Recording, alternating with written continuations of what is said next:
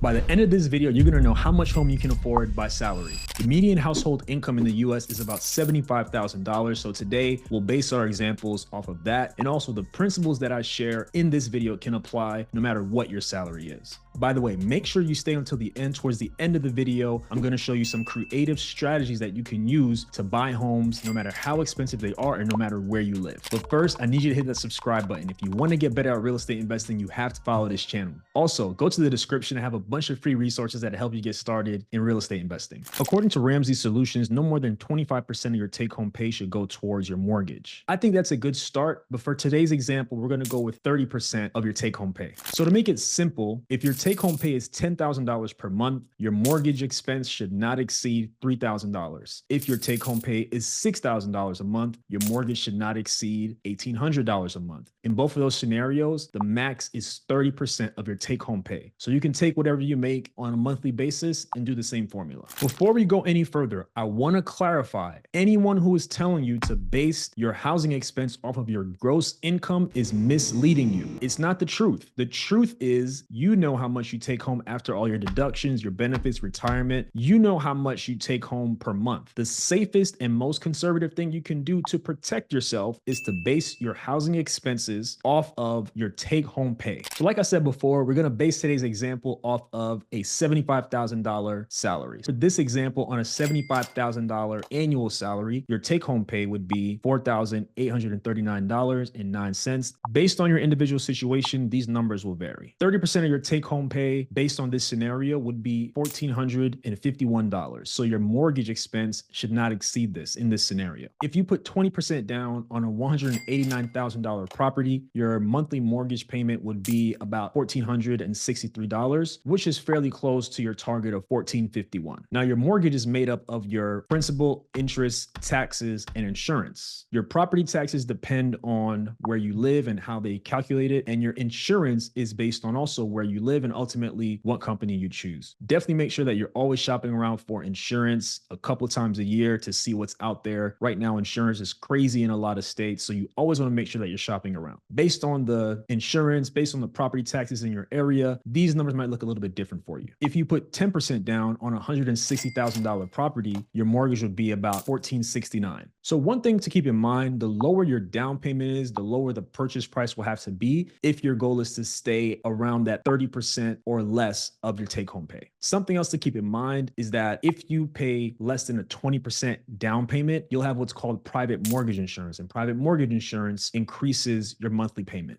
So private mortgage insurance, also known as PMI, is a type of coverage you buy if you get a conventional mortgage, one that isn't federally guaranteed and put down less than 20% to purchase a home or have less than 20% equity when refinancing. PMI is insurance for the mortgage lender's benefit, not yours. The coverage will pay a portion of the balance due to the mortgage lender in the event that you default on the home loan. Usually, you pay for PMI monthly as part of your mortgage payment. The insurance does not prevent you from facing foreclosure or experiencing a decrease in your credit score if you get behind on mortgage payments. Now, the good news is that once you reach 20% equity in your home, you no longer have to pay PMI. So now I'm sure some of you are thinking, well, Sam, homes where I live cost $400,000. Homes where I live cost $1 million.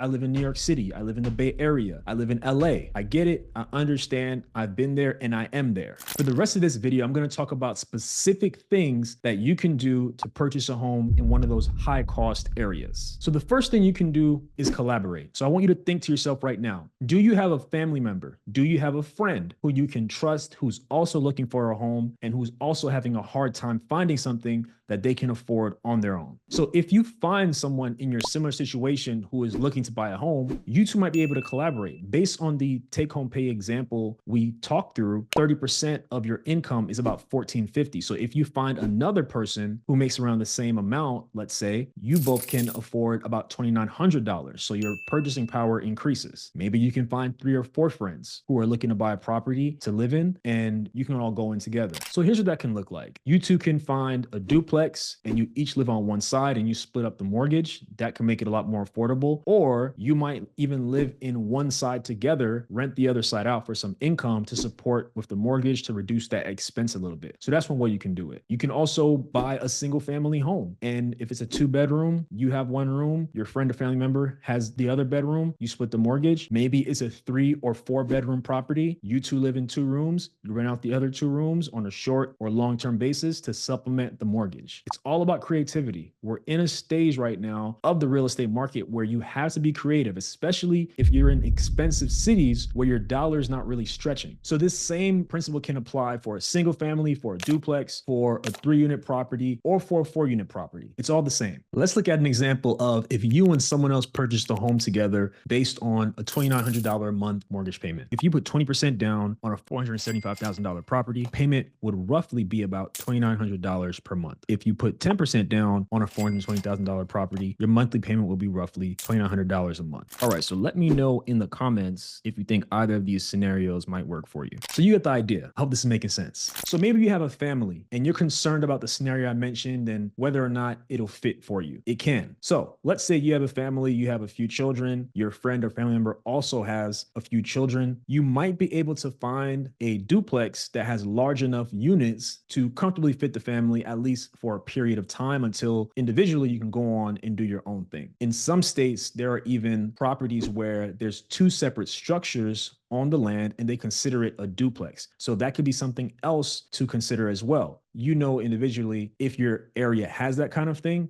but some cities have those kind of duplexes. If this type of scenario is something that might work for you, I encourage you to connect with someone, call somebody today, propose this idea to them, somebody who you're thinking about. I know each one of you is at least thinking about one person who might be open to something like this. So if the conversation progresses and it goes well, and you think this is something you want to do, go to a lawyer, make sure the terms and all those things are things you can both align with. And hey, you can get yourself into a property. So I don't want you to be discouraged. It's tough right now. Homes are super expensive, but the name of the game right now is creativity. You may need to get uncomfortable for a period of time and collaborate with someone for a period of time just to get in a property and just to get started in the real estate game. That might just be what you have to do. You might have to move out a little bit further than you would ideally want to find something more affordable. And for some of us, we might have to eventually leave our cities, leave where we are altogether to fulfill that dream of buying a home. So I want you to be encouraged. Think outside of the box. That's the best thing you can do in this market. So some quick things to keep in mind. When buying a property, you need more than just your down payment. You need closing costs as well. You also need reserves. So I recommend at minimum having 3 to 6 months of your mortgage expenses saved just in case things happen. We're in a period of time where people are losing their jobs left and right. And when you're buying a home,